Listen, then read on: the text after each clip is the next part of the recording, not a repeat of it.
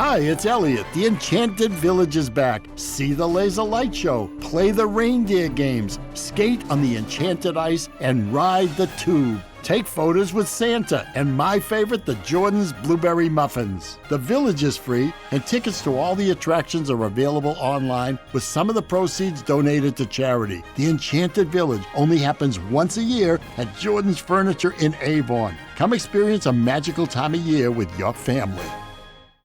Hi, it's Elliot. The Enchanted Village is back. See the laser light show, play the reindeer games, skate on the enchanted ice, and ride the tube. Take photos with Santa and my favorite, the Jordan's Blueberry Muffins. The village is free, and tickets to all the attractions are available online, with some of the proceeds donated to charity. The Enchanted Village only happens once a year at Jordan's Furniture in Avon. Come experience a magical time of year with your family. You're listening to 2024 in Review, a look back at some of the most compelling conversations and stories of the year, from True Crime Today and the Hidden Killers Podcast. This is the Hidden Killers Podcast with Tony Brueski, featuring former FBI Special Agent and Chief of the Counterintelligence Behavioral Analysis Program, Robin Dreeke. How do you fix something like this, though? I mean, without just wiping out the entire department and starting from scratch, because you got 3 or 4, God knows there's probably a handful more in there. But not everyone. I'm sure there's fine people in there that are there for the right reasons. But that's not everyone, clearly. And then you have everybody else in the ecosystem that aren't officers, that work in the office, that answer the phones, that dispatch, whatever, all the different pieces that keep the thing alive. And if you pour water onto sand, and if you had it like in a glass vase, you can see it just, it gets down there eventually. There's some parts that stay dry and some parts that are wet. But if you really want a bunch of dry sand, you can't just pour that thing out and hope you're going to get much dry sand, because everything has been affected one way or another by the water. I feel like that's the case with something here with these bad apples. A lot of them are towards the top. A lot of them had a lot of power, and there's still many that do have power. These other 2 officers have not been arrested as of yet. They say it's an ongoing investigation. They are just allegations. They're innocent until proven guilty, so we'll let that play out. But again, it took many years for this guy to get arrested, too, and it took a civil case from the parents. It took feds getting involved for them to finally go, maybe we have a problem here. Or maybe it's like, people are going to hear about our problems here. How do you fix this? Because it doesn't seem as easy as just, let's, shovel out a bit of the wet sand on top. It's like, it gets a little drier down here, but you can still tell it's been affected. How do you fix something where it runs that deep? Like you said, it's going to take outside investigation to find, it's like a wart to me. Mm-hmm. You have one little virus and it's got all its tendrils. And so there's going to be a couple viruses in there that's going to take some interviewing, open, honest interviewing by outside people, so people don't feel there's going to be reciprocity against them. So it's going to take some outside interviewing for objectivity to identify the couple roots, because I guarantee you, it's only a few people that are creating a culture of negativity like this, and then it spurts down. So you have to identify and just get rid of. You just have to lop it off, and it's going to take someone from the outside, people to feel safe to share that kind of information, and then it's a tricky thing to understand, and then it's a re-education that's got to go on then too, because by and large, people want to do well, they want to do right, and they're going to want to conform to the norm that in which you're in, the groupthink. And so you have to reshift that groupthink, and that reshift in a groupthink comes from good, healthy leadership from the top, and it's got to filter down. And the most critical thing in a situation like this is the fear of reciprocity for being truthful is got to be very, very well done. Because you have to get people over that fear. Because again, fear is our motivation for everything. If people are in fear, they're going to either shut up, conform, or go away. Mm-hmm. And so when you have that bad leadership from the top, that's what they're doing. They're either shutting up, conforming, or going away.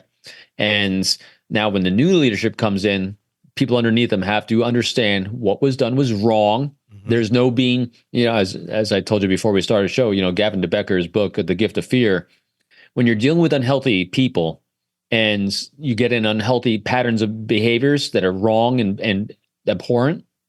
Got to be blunt. There's no letting them down easy. No, this is blunt language used here. This was completely wrong, inappropriate. They're gone. Here's the new standard, and either you're on board or not. But you give time to adjust. So you got to lop it off at the top. Be patient. And the big thing, because remember, it's not just the department itself, it's trust that the community has in that department. So we must be incredibly transparent and open and vulnerable, where we can say, here's where our blemishes are to the community. Here's exactly what we're doing to fix it. Have open forums, have discussions, because the community needs to be involved in this process, in the healing process. Otherwise, they're going to continue not to have faith and trust in their organizations that are supposed to keep them safe. Yeah. It's going to be a lot of work for that community. It is a lot of work, and re-education. And I'm sorry to cut you. It is the righteous good work, though, because we can't be safe without it. No, that community won't be safe without it. Do you think people in that department were surprised by this arrest? I mean, you already publicly had a civil case going on. You had the rumors. You had all of this, and yet stayed there, stayed employed. I mean, is it one of those things where, as humans, if you're working in that department and you're not one of the bad apples, and I hate that term, but if you're not one of them, but you're hearing these things, is it just the human nature of like, it can't be that bad? Rumors get spread. Rumors are this or that, but he wouldn't be doing that. That wouldn't be that far. Do you think there's some of that goes on, as to it almost that attitude can kind of enable this sort of stuff, because people don't want to necessarily believe the absolute worst in the people that they surround themselves with every day? Interesting word choices in there. I think, surprised by the arrest, probably. Surprised by the behavior that led to the arrest, probably not. Mm-hmm. This was going on a long time, and what happens is when people are exposed to negative, bad behavior for a long period of time, they become accustomed to it. It becomes their norm. Yeah. Kind of like even the Gilgo Beach murderer, the serial killer. That family got very used to a pattern of behavior of really bad crap, supposedly. Yeah. And so it becomes the new norm. And so this department had a norm that is happening inside, because these girls were groomed a long time by at least 3 people. Yeah. At least allegedly. So that's so I think what happened was, when there was an arrest, that's what the shock was, not the behavior. The arrest was a shock. And I'm hoping, because I put myself in a situation, this is where we use our deep, great empathy here. If that happened where I'm working in a place that I have to work because I have to provide for my family, I want to do the righteous work. I'm a good person, and I'm one of these people that's just kind of, trying to turn a blinder and hoping that it's going to get better. And all of a sudden I see an arrest, you know what I'm feeling? Thank God.